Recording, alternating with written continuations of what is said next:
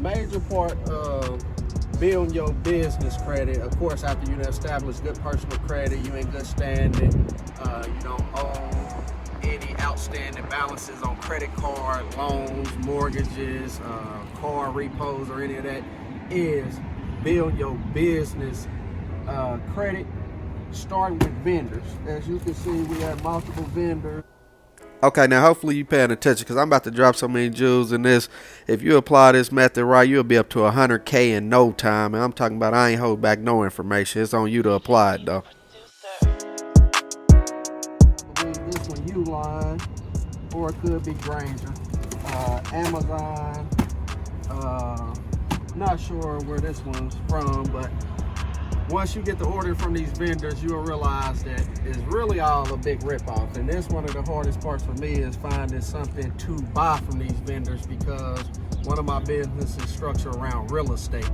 And besides Lowe's, Home Depots, and basic department stores that we know that cater to real estate, these pretty much don't got a bunch of nothing but household supplies, office supplies, and things like that. I tend to push this part off on my wife, but even she don't even like doing it. She's a shopaholic because, for one, the prices is overrated.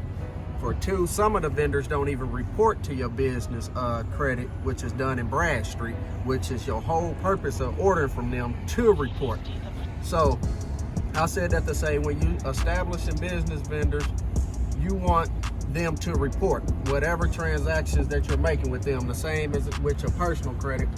You want to start with secure cards when you're in the beginning, department store cards, whether that's K's, My Jewelers Club, and you know, this is the same as in business credit. So you want to order from these, and once you establish a line of credit, now you can decide whether you want to continue shopping with them or just cancel out the account altogether, because you done got what you wanted out the deal, which is for them to report the Dun & Bradstreet, which in turn unlock an unsecured line of credit. Unsecured line of credit is where you're able to shop wherever you want to shop at, because you have a major business credit card. And I'll show you one just for the sake of it. As you can see, I got multiple, but this is one of my Navy Federal business credit cards. And I also have another one on the way from Amazon, which is through American Express, which is another major business credit card. So you can sacrifice in the beginning when you don't want to spend as much money with these vendors as you would like to, in order to get that unsecured line of credit. You can get anywhere from $100,000 within 90 days if you execute this method properly. And if you stick around, check out my other videos, I'm gonna show you just how to do that. So let's talk about how do you take advantage of the 0 APR that you are offered on business credit cards with high limits or personal credit cards with high limits. Most people are confused as to how does that work, or what all would I spend this amount on in order to take advantage of X amount of dollars before 12 months up, 18 months up. And one of the techniques I recommend using, not every time, but for like your first card with, let's just say 10 grand on there. If you're trying to capitalize off the reward points, as well as being able to spend the X amount of dollars that they giving you for 12 to 18 months, is what it usually is. 0 APR is what I'm referring to. You want to go out and spend whatever is conducive to your business, as far as, okay, I'm in the real estate, I would want to go to Lowe's, Home Depot, buy all the material that I need for my houses, whether that's rental property, Airbnb, or for a flip, whatever that may be.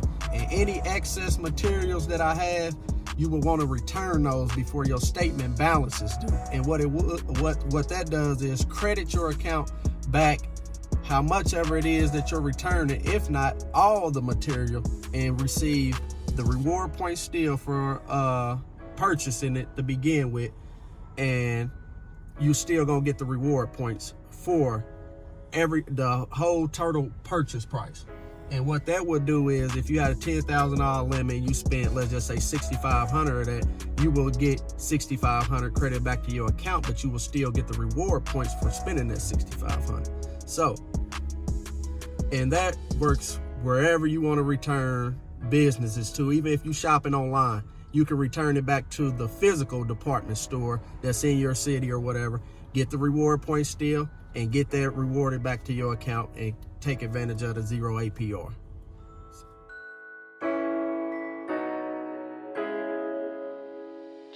Feisty the producer.